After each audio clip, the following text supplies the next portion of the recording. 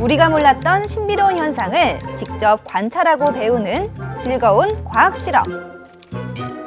하지만 실험 중 자칫 방심할 경우 크나큰 안전사고가 발생할 수 있는데요. 과학실험 안전사고 예방을 위한 실험실 안전을 부탁해. 오늘의 실험 단원은 물질의 구성.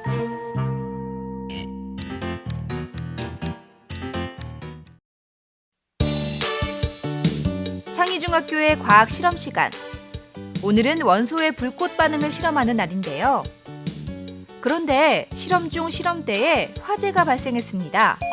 그 원인은 무엇일까요? 1번, 다양한 시료를 섞어 태워서. 2번, 불꽃 반응 중 시료가 튀어서. 3번, 염산을 직접 가열해서. 정답은 2번. 백금선에 묻은 시료가 종이에 튀어 화재가 발생한 것인데요. 불꽃 반응 실험을 할 땐 타기 쉬운 물체는 치워야 한다고요. 백금선에 시료를 묻혀 가열하던 중 뜨거운 시료가 교과서에 튀면서 화재가 발생. 정말 위험한 상황이었네요. 물론 다른 보기들도 위험할 수 있으니 따라하면 안 되는 거 아시죠? 실제로 토치 등의 가열기구를 사용하는 불꽃 반응 실험에서 다양한 안전사고가 발생하고 있는데요. 학생들이 시료를 반복적으로 태우면서 인체에 유해한 증기가 발생, 호흡곤란을 일으킨 학생이 있는가 하면 토치 접합부에서 가스가 새어나와 불이 붙는 아찔한 사고가 일어나기도 했는데요. 자칫하면 가스 폭발까지 일어날 수 있는 위험한 순간이었습니다. 그렇다면 만약 실험 중 토치 등 가열기구에 이상이 생기면 어떻게 해야 할까요? 토치에서 가스가 새거나 불이 붙을 경우 선생님에게 상황을 알리고 가스를 차단하거나 수화기로 화재를 진화해야 합니다.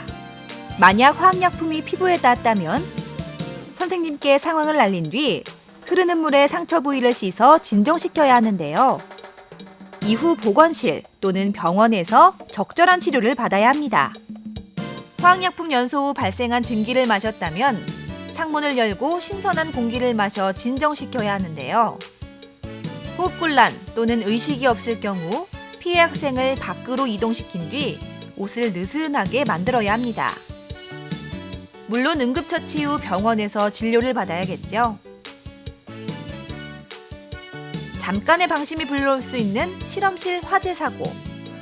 사고를 막을 수 있는 예방법에는 무엇이 있을까요? 첫 번째, 소화도구의 위치를 파악한 후 화학약품 실험 시 안전장비를 꼭 착용합니다. 두 번째, 화학약품으로 실험을 할 땐 창문을 열거나 환풍기를 가동해 환기시켜야 합니다.